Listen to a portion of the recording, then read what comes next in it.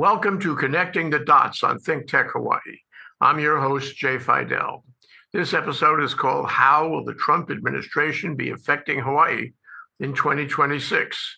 How exposed will Hawaii be to changes in the economy, the military, and contention in the Pacific? Our co-host for the show is DeSoto Brown.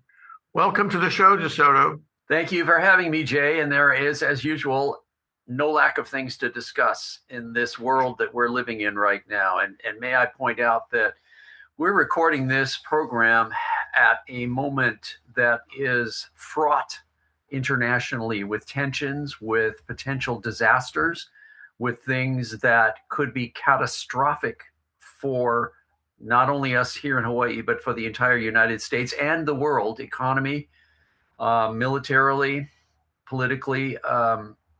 Personally, I don't think we have been as close to catastrophe as we are now, unless we go back to the Cuban Missile Crisis or perhaps to the beginning of World War II. That's how dangerous and scary I think things are right now. And I don't know how you feel, but I'm feeling it. As we joined, I was looking at a YouTube video by a psychologist examining Trump's psychological profile.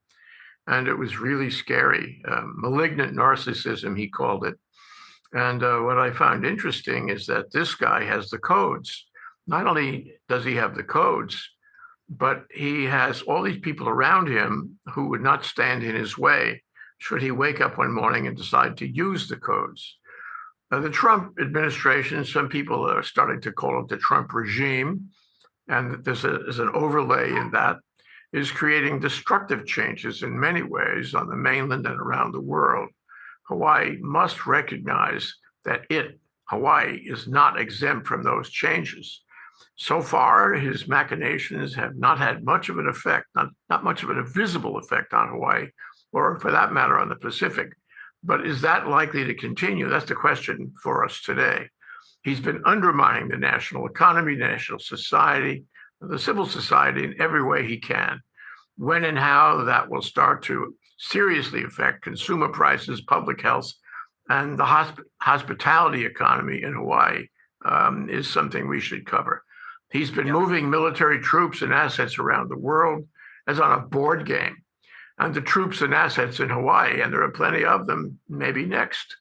He's been creating contention, repression, and violence in cities on the mainland and elsewhere, and countries everywhere, and former allies in Latin America and Europe.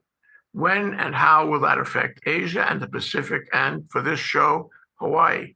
How vulnerable are we to these things, and what can we and our state government and our congressional delegation do to deal with it and prepare for it? So those are the questions of the day, DeSoto. Let me ask you, are people in Hawaii aware of what we're covering today?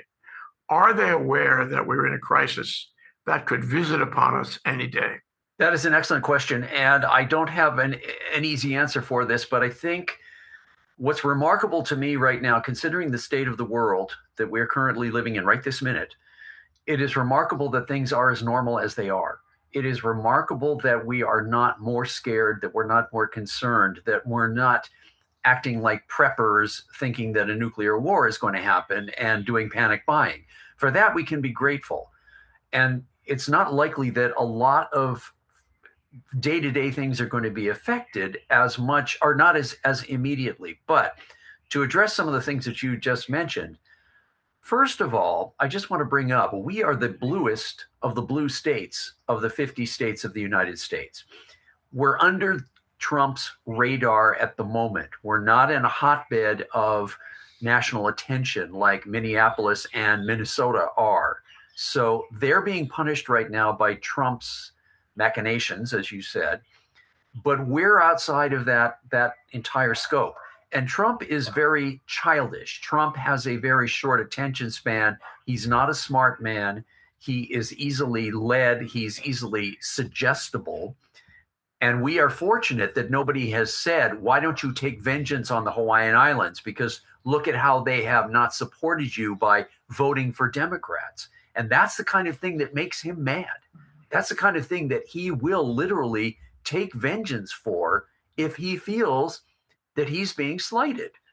And we're very lucky that that has not happened, but there is absolutely no way to know when or if it could happen. And it could be something as simple as you and me talking about him and criticizing him, and somebody saying, listen to these guys, they're in the Hawaiian Islands, let's beat them up. Well, let's hope that doesn't happen. Now, I think the most sort of easily identifiable threat or thing that we have to consider and be keeping in mind is tourism. Tourism is the foundation of our entire economy. Now, we have seen cuts in Canadian tourists coming here, and that's significant, but it's not as major as it is in states that border the Canadian border. They, in some cases, are suffering grievously by the lack of Canadians boycotting.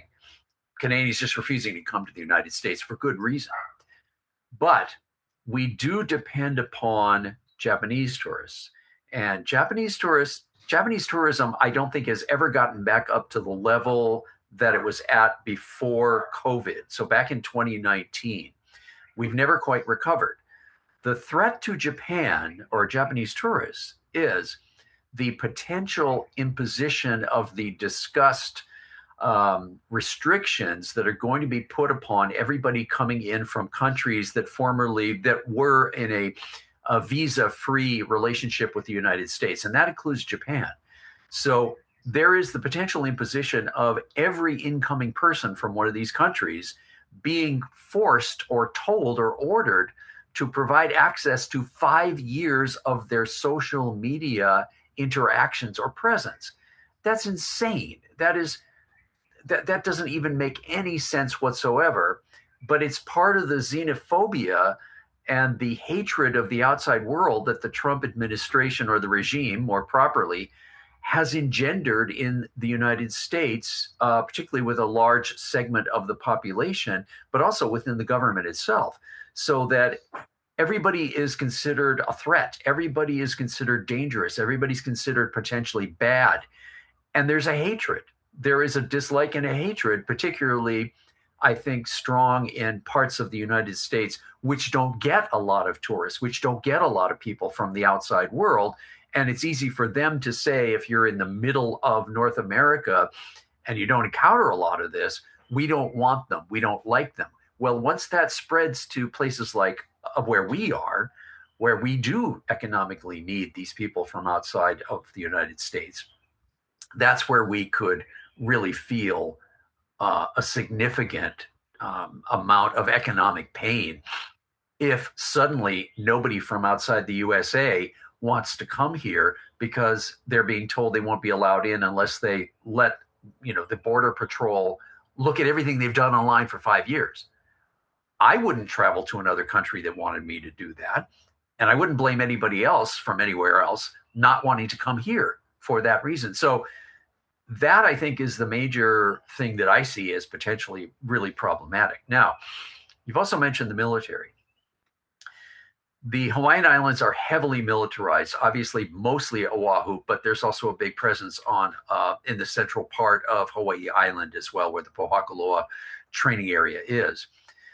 And the military, as I am perceiving it now, is in a sort of a gray area, meaning that as the Trump regime becomes more and more unhinged, as he becomes more unbalanced through dementia as well as his own basic personality, and he becomes more and more threatening and less logical, and he's enabled by those all around him, the military is in a very sensitive position here, because there's going to be a big segment of the American military of all branches that's going to support Trump, but there's going to be a big segment that doesn't.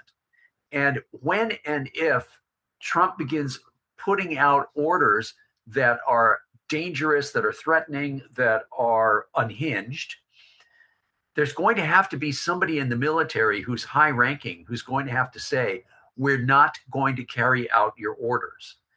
And when and if this mutiny occurs within the American military, it's going to bleed out to every military installation that exists under the control of the US military. And that's within the United States, but also internationally. Well, if and when that occurs, all of the military members on the island of Oahu are going to have to make a decision. Are they with Trump leading us into the Third World War, or are they not going to support that? Are they going to actively fight against it? And what's going to happen when you've got this internal dissension, this internal combustion, if you will, between the two pro and anti-Trump factions? That's still in the future. That may not occur. If the civilian government is capable of keeping Trump under control through some manner, then it's not going to get to where the military is going to have to break apart like that or have to choose sides. But when or if that happens, we on Oahu in particular are going to be right in the midst of it. Because if it actually gets to the point of mutinous people fighting each other, and they've got weapons, which they do, we're going to be on the sidelines ducking bullets. Now, again, that may be a total overreaction on my part. That may be illogical. I don't think it is. But again, if and when that starts to occur, and there are gun battles, we're all going to be trying to save our own lives. So let's hope that doesn't happen. I'm thinking that's more likely to be occurring in the Army base in Greenland than it is on Oahu. But again, if and when it happens, it will spread everywhere. So right off the top of my head, Jay, that's the things that I'm thinking about. What are your reactions to what I just said? Well, the first thing I want to mention is that there was an article in the paper recently, last day or two, the Times, reporting that Trump's threat of additional tariffs on the members of NATO, Western Europe, are based on his reaction to not getting the Peace Prize. And that's really unhinged, because the Peace Prize is awarded by the Nobel Foundation in Norway. It has nothing to do with Greenland. And yet he somehow is justifying his actions against Greenland because he didn't get the Peace Prize from the foundation, which is not the government of Norway. And it's not NATO, and it's not any country or any group of countries. It's just the foundation. And this has somehow irritated him into going full steam against Greenland. So you say, that's an interesting kind of justification. It isn't a justification. It's a provocation. It's what it is. So I worry about that. As for the military point you raised, and I'm not at all sure, DeSoto, that the military would fight among itself.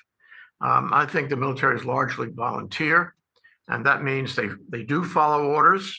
And you could see that a great percentage of the brass of the military will follow his orders. A la that meeting he had, among the brass a few weeks ago. So I think the likelihood is that if he tells them to do something that's anywhere in the range, they will do it. And the rank and file will also do it. And you won't see one military command or one trooper shooting at any other trooper. They'll just do what he says.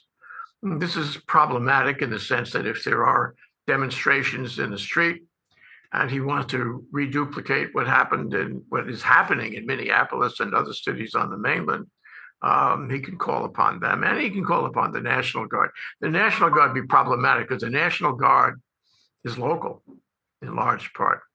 So he'll have to bring in National Guardsmen and women from other states, which is kind of expensive. You have to fly them over here. You can't put them in a bus or anything. So there are certain, what do you want to call it, logistical issues about doing here what he has done in cities like LA, for a while, San Francisco, Milwaukee, other cities on the mainland.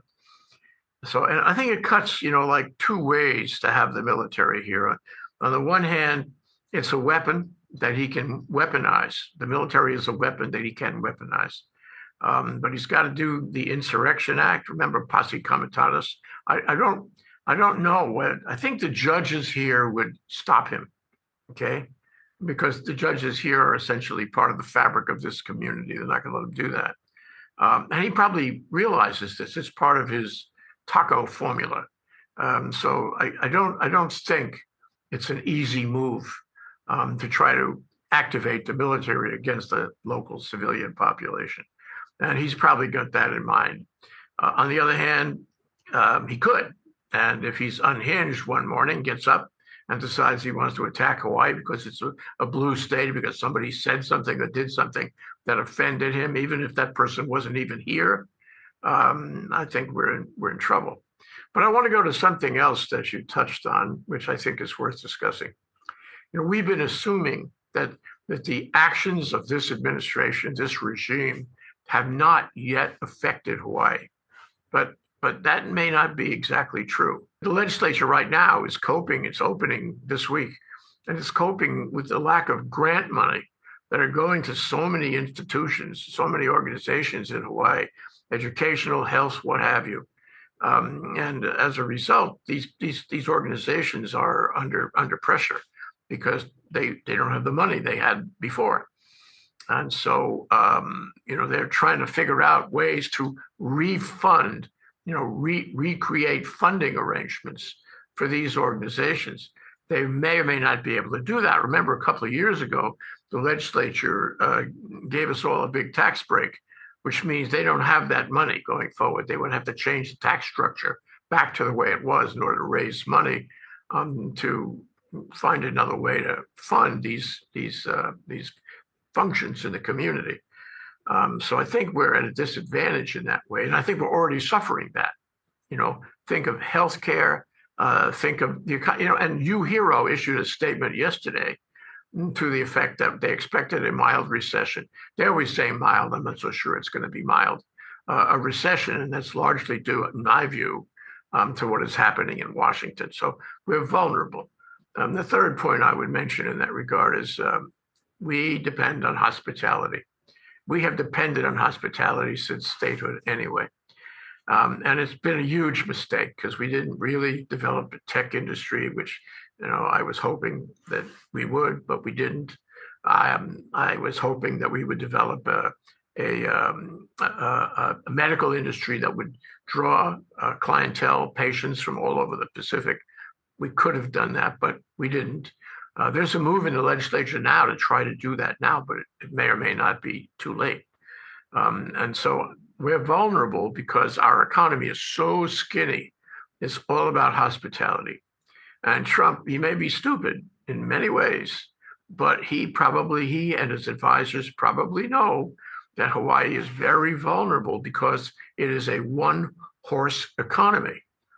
And so if he can do something to attack that one horse, namely hospitality, what will happen is the whole state will suffer. Everyone will suffer because we all depend directly or indirectly on hospitality. So I'm worried that when you do that, when you draw down the economy, you undermine the economy of Hawaii, you don't know what people are going to do. There are the haves and the have-nots, clearly. And some people may be getting very hungry after a while, and civil society may break down. And if you're on an island, it's hard to get away from the breakdown of civil society. So he doesn't have to do that much. It's interesting because you think of Iran, for example. So he bombed the centrifuges in the mountains of Iran, and the Israelis they bombed some institutional organizations and some leadership at the same time, or roughly the same time. And you say to yourself, well, how is this going to achieve regime change? How is this going to make the point? Well, it doesn't make the point right away. It takes a little while. It takes a couple of months. So if some critical part of our economy, our society, is damaged, undermined by what Trump is doing, we won't feel it right away. But after a while, we'll see what happens with our civil society. Yeah. And I worry about that. I agree completely with what you've said about our economy and our vulnerability. But in addition to, I was specifically talking about foreign tourists. Tourism in general is a very delicate balance because it's not a necessity. When things get bad overall in an economy, people cut out the things that are not necessities, and tourism and travel and playtime is one of the things they have to cut. So if the economy goes bad, and I'm talking about not just in the United States, but if Trump's actions damage the international economy, we will feel that regardless of whether it's directed at us or not, because people are just not going to be getting on airplanes because they have to save money because they don't have the money to do it. Furthermore, as we've also touched on, there is the danger of arbitrarily instituted tariffs that Trump throws around heedlessly without any comprehension of what he's doing. It's just, I'm in a bad mood, so I'm going to punish you, and I'm going to put this percentage of a tariff on you. Well, maybe I won't. Maybe I'll make it more. No, I'll make it less. I mean, this is the type of thing that's going on all the time. That screws up business in general because you can't plan for what your expenses are going to be. But I'm also thinking in terms of, again, if this does a dramatic thing on the world economy, we're going to suffer for tourism. We also, as consumers, will suffer if supplies get cut off. We're very vulnerable to supply disruptions here in the middle of the Pacific. And if a country right now decides to boycott the United States and stop exports, as unlikely as that might be, but that is what's under discussion right now within the EU. You know, the bazooka of patrol of, we'll just cut off the United States. If the US is going to threaten us, what can we do? Well, we can stop selling you all this stuff. That's going to touch us as consumers wherever we are, but even more so because we are so vulnerable to shipping problems. One thing that I also just read as a comment online, the biggest shipping company is Danish. It's Maersk or Maersk.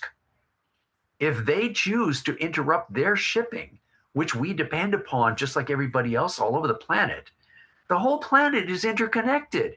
Ships with containers go all over the place. We're a part of that. Something that gets disrupted because of a decision in Europe will affect us. So again, we have no idea what could happen, and it could happen really fast. So we could suddenly find ourselves not getting supplies. We could suddenly find ourselves not getting tourists. And as you just said, these are the things that are going to suddenly hit a tipping point that we're going to suddenly say, oh my God, this is really dangerous. This is bad. This is scary. And we're right in the middle of it, and we can't get away from it. So that I'm on, as I said at the beginning of this program, I'm on edge because I think that the international situation is this close to catastrophe. Trump is moving military assets around like on a chessboard, and sometimes without rhyme or reason. And so he's got X number of carriers, very nice, but he's moving them from ocean to ocean, continent to continent, at will, any day, any time. And query, are we really in a position to deter China from getting really close to Taiwan, to circling Taiwan with its military assets? And that kind of stress is problematic because it's not only a stress on Taiwan, it's a stress on Japan and Korea. And if things get stressed in that part of the world, as you said, they're not going to come here. We depend on Japan and increasingly on Korea to come and fill our hotels and restaurants and our hospitality segment. But I think if things got really hot in Asia, and they may, because he's not paying attention to it. Obama had the pivot, but that stopped. And we are not really defending Taiwan. We are not really present along the chain of defense, the chain of American bases and military assets in Asia. That it's an opportunist dream. It's a Chinese dream to have America occupy other issues elsewhere in the world. So if they wanted to take advantage of that, they could. And if they did, tensions in Western Pacific would grow. And if they grow, it's the same thing you were talking about. People are not likely to come here. It's going to change tourism. They have to come and live here, but they don't want to be tourists. And so I think we're in the middle of a very possible disruption of the tourist industry. Oh, yes. But let me also point out, Toyota is the biggest car manufacturing company in the world. If Japan is messed up because of the politics and the potential threats that you just mentioned, that is worldwide. How many people here have a Toyota, drive a Toyota, or drive a Japanese or Korean car? If those amounts of vehicles are cut back because of manufacturing problems in the home countries, that's going to affect everything. That's if suddenly car dealers aren't getting cars and they can't sell cars, that is a segment of the economy that's going to screw a lot of stuff up.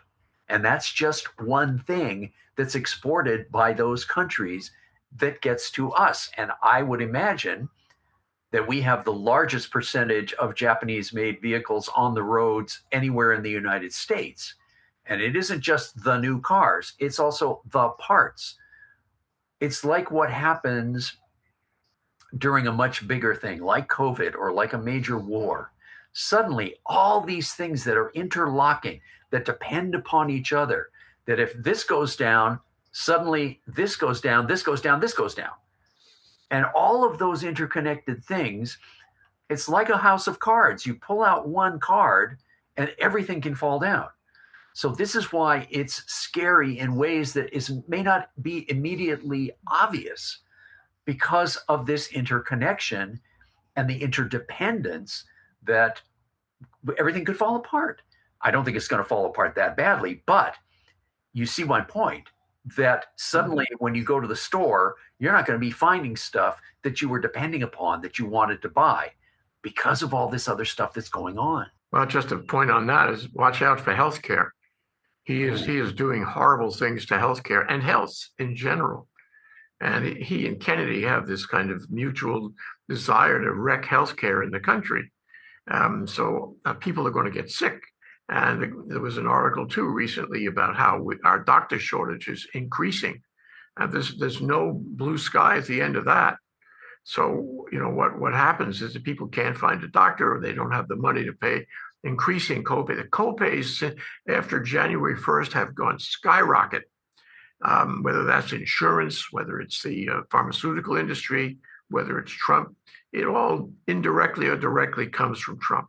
And so I can tell you that some of these copays have gone up by multiples of 10, 20, more than they were last year. And okay, some people can afford to pay that, other people cannot. And the problem then is they're going to get sick. Yeah.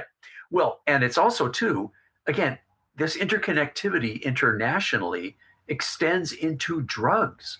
We don't manufacture every drug in the United States. It's not all domestic. It comes from other places. And if those prices go up, or if those supplies cease coming into the country, again, we're going to be touched. It's going to affect us more because of our small population and our isolation.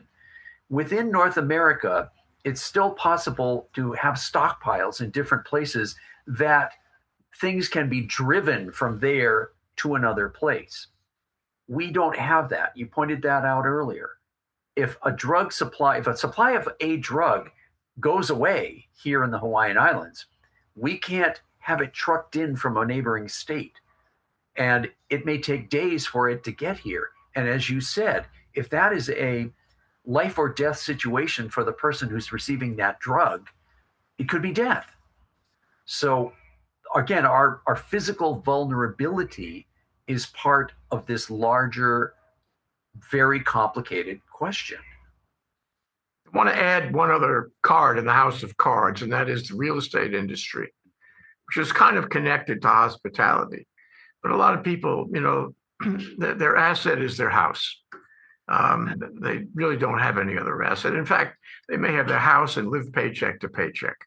And the problem with that is, that the housing market may fall apart.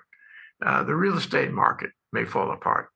So if people aren't coming here, they don't provide that support of the transactions in the housing market and the real estate market in general, then prices go down, value goes down. And all the people, from the real estate brokers to the escrow companies to the lawyers to the actuaries and all the people involved in housing, construction, right? Big. That would all deflate. And I would worry about that because just like hospitality, and connected to hospitality, you would see a diminution of the local economy. It's not nominal. It's not a modest recession. It's more than that. So I think right now we're kind of on a precipice that way. And if you check out what's going on, and I submit that a lot of people are not aware of what we're talking about, including people who are in a position of local power, we are not protected. But let me ask you this. Let's go to the question of what can be done. So if I'm the legislature, if I'm the governor, if I'm the delegation, is a big question. What can I do to protect the people of Hawaii? What is being done, if anything? I know the legislature is trying to find other means of funding for some organizations, but I think that's a hard one, and they may not be able to do it. University, for example, all the research at the university, the medical school, and all. But what can we do to protect and preserve our economy and our civil society? You're frozen, and I don't. Oh, okay, you're back. Very, very good question, and I have no idea what to tell, how to deal with this. I work at Bishop Museum, as you know, and we are very dependent upon government funding from grants, and that's both federal funding and state funding. And there are some funding agencies that have simply ceased to exist because there's no money coming into them anymore. I'm well aware of that. That's hanging over my head like a lot of other stuff. And let me also point out, too, that I was just talking to some friends who were looking into a federal grant money. And they said, one of these friends said that the description of what they would fund with this government funding, it specifically said, quote, for telling the stories of white people in the United States. That is something that is, again, is an indirect slap at us because we're not majority white people here. So that's the kind of thing that is unthinkably insulting, and yet it's actually happening, which boggles the mind. What can be done? First of all, there's a limited pool of money in this small state. We've got 1 million point something people. That's not an immense amount to tax. That's not an immense source of funding. That's something we have to be aware of. If the economy goes south, we probably will lose more people, which then diminishes that whole pool. You mentioned real estate. If real estate values drop, that's less taxation coming in from real estate taxes. What can we do? I don't know that there's any way that we can stockpile things. I don't know that there's any way we can stockpile money. There isn't. And all of these things that you were mentioning that we hope that we could build up in hopes of trying to make our economy more balanced, like tech and like medical. Yes, we could probably start working on those in a crash way, but it's going to take a long time before any of that bears fruit. I think this could be a starting point to say we've got to do something really proactive and active to try to lessen our dependence upon the single tourist industry. But again, that's long term. For the short term, I don't have any answers for that. I don't know what we can do. I don't know what individuals can do. I mean, if it was possible for us to be told, okay, every citizen, here's what you have to start doing because we are afraid that this is what's coming. That is not here with us yet. That direction hasn't been given to us. And furthermore, speaking that way is a surefire way to depress your economy by scaring people. Jay, I don't know what to tell you. I have nothing to offer. Let me add that I asked you about the delegation, and they're powerful, presumably in Washington. And sometimes some of our delegation has spoken against Trump. They've spoken critically against Trump, but not recently, as far as I know, as far as I've seen. And I think I know why. It's that same thing about not aggravating, not poking the bear. So where, for example, one of our senators could get up there and poke the bear and be part of the critical chorus, if you will, that may not be a good idea to protect the people of Hawaii. It may be useful on a national scope, but for the people of Hawaii, it risks the possibility that he will take it out against us because one of our delegation members criticized him. We know enough now to know that's a real option for him, a real possibility. So I understand if they're not making, critical comments about him. Let's also talk about. Let me just say too, quickly, we have seen multiple corporations cave to Trump in the face of threats of lawsuits, or as in the case of an individual state, under the threat of cutting off funds. And this is a pure dictatorship. This is a pure totalitarian regime in which the unbridled, uncontrolled vengeance that is taken out upon those who criticize scares everybody into shutting up.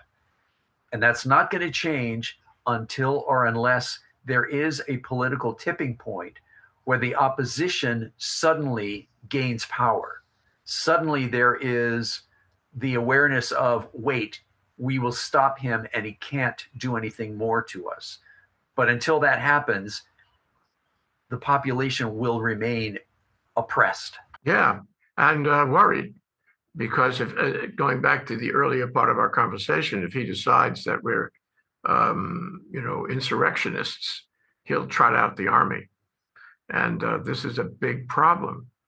People will go home and stay home, and they will not go into the streets. They will not protest in the streets. They will not take any action to make their protest known. But I want to cover one other thing, and that is the individual person. What you mentioned, stockpiling things, and I agree. It's reminiscent of the good old days with the dock strikes and people stockpiling toilet paper. That happened more than once. And I guess the question is, what can people do to protect themselves and their families? And maybe stockpiling is worth it, but stockpiling only lasts for so long. This isn't a short-term thing. And if you're going to stockpile, you got to stockpile for a long time if you want to feel safe. And of course, then if civil society breaks down, what you stockpiled may be up for grabs, so to speak, by those who would like to take it from you. And then, of course, and this is, I guess, the final area I'd like to ask you about, and that is, what do we do as a group, individually, but as a group? Everybody makes it clear that, they would like to vote against him if they're unhappy with him. And the midterm elections are coming. Maybe we can wake up Congress in the midterm elections. Well, I'm not sure it makes a whole lot of difference for Hawaii. Hawaii is pretty much a blue state, as you said. But here's the thing. Will there be midterm elections? Yeah, I was just going to say exactly the same thing. I was going to interrupt you and say, yes, we can look towards the midterms with hope. And we can look toward the midterms as this could be the tipping point that I keep talking about. But we don't know if it's going to happen, because he could arbitrarily issue any edict he wants. And if enough people go along with it, it won't happen. Either will or will not happen at his whim. And that's the scariest part, that if the clampdown occurs, if there's a lockdown, if he declares martial law, which I wouldn't put him past him to do it. He can say anything he wants and declare, I am putting the United States in its entirety under martial law because I feel like it, because I didn't get the Nobel Peace Prize, because, and that's what I mentioned earlier. If enough of the military goes along with that without saying, wait, this is nuts, we're not going to attack fellow citizens.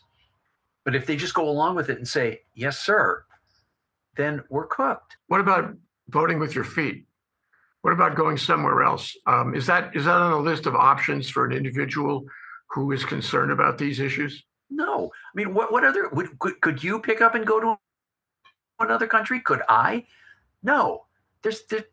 Even if we had the money, there's just too much here. And would another country even accept us? What other country would we go to? I'm now comprehending on a more personal level what other people have faced at other times in history where there's been a war or a revolution, and suddenly they are thinking, I have to leave. People had to do that in Europe before World War II, but as the Nazis were becoming more and more frightening. People had to do it in Cuba in 1959 and 1960 after Fidel Castro took over and he began nationalizing everything. A number of upper class and middle class people fled with barely anything to get to Florida. Well, there is no Florida for us to go to that's comparable to that. And so we really don't have that option. I mean, I know some people who, and you know some of these same people, who are dual citizens. They can go back to their home country and stay there legally. But most of us aren't. One thing that troubles me is that one of the delegation was on the show a couple of years ago. I guess it was in the first Trump administration. And I made a comment about how worried I was about Trump. And he said, 30% of my constituents are Trumpers. So don't expect me to criticize Trump. And that stuck with me because I think it's probably still so. Even in the land of aloha, in this blue state of ours, a very substantial percent, 30%, maybe more, support Trump no matter what he does, which is very troublesome. And I guess the question is, those who do not support Trump, those who would agree with the kinds of issues and solutions that you and I are talking about, how can they appeal to that 30%? Should they try? Will it work? Will it change things? Will it make us necessarily more blue, or will it have no effect? I think that the average Trump cult member is in it for life. The average Trump cult member, like any other cult member, cannot be shaken from whatever convictions they have. They literally worship him. They excuse anything he does. They justify anything he does. They alibi it. They support it. They cheer. They smile. They wave. They think it's great. Those people are not going to be swayed by speech. They're not going to be swayed by anything other than some major break in society that slaps them in the face. And where, when, or how that's going to happen, we don't know. And it may not. In which case, they simply have to be overwhelmed. They simply have to have the power taken away from them to where they can scream and cry and tear their hair, but they no longer have the political or military or any economic power.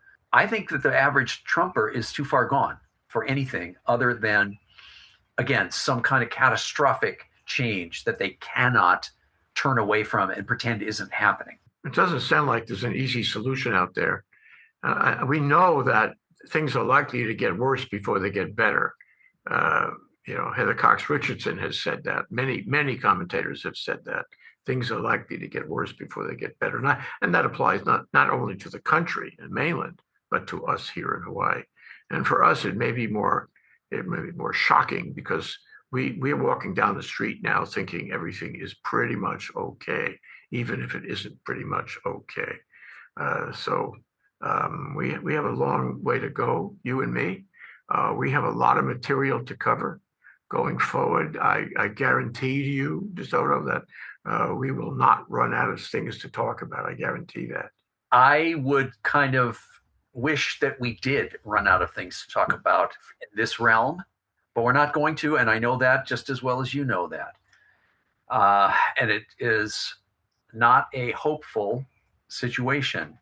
But I will say, and I'm sure this is true for you too, being able to talk this way and post this online for whoever chooses to watch it and listen to it, that is helpful for us as individuals. It helps us to keep ourselves sane and not crushed with depression and feelings of helplessness and hopelessness. You can do something, even however small it is, by sitting and talking to your computer the way we are right now. Yeah, well, and to people in general, and to other hosts and guests in the lineup. So I'm gratified with this opportunity. I'm gratified that you're gratified with this opportunity. I think for now we'll have to leave it there. Thank you to our co-host, DeSoto Brown. I'm Jay Fidell, host of Connecting the Dots.